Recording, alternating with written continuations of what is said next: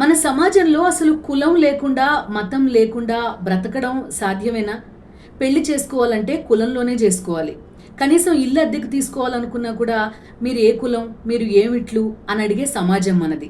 అయితే ఇలా కాదు, మాకసలు ఏ కులం, ఏ మతం వద్దు అనుకునే వాళ్ళ సంఖ్య కూడా గణనీయంగా పెరుగుతోంది అనే అంశం ఇటీవలి కాలంలో తెలుస్తోంది. హైదరాబాద్ చుట్టుపక్కల ప్రాంతాల్లో ఒక సర్వే చేశారట. ఆ సర్వేలో చాలామంది మేము ఏ కులానికి చెందని వాళ్ళం అని పేర్కొన్నారట.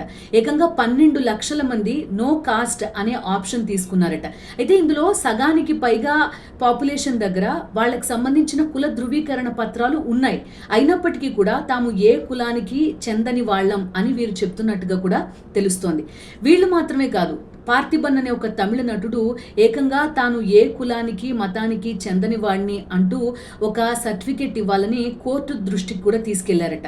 కోర్టు అధికారుల్ని ఈ విధంగా ధృవీకరణ పత్రం ఇవ్వండి అని డైరెక్ట్ కూడా చేసిందట. సో అంటే మెల్లగా సమాజంలో మార్పు వస్తుంది. యువత, అదేవిధంగా కొంత ఉన్నత విద్యావంతులు తమని తాము ఏ కులానికి మతానికి చెందని వాళ్ళుగా ఐడెంటిఫై చేసుకోవడానికి ఇష్టపడుతున్నారు.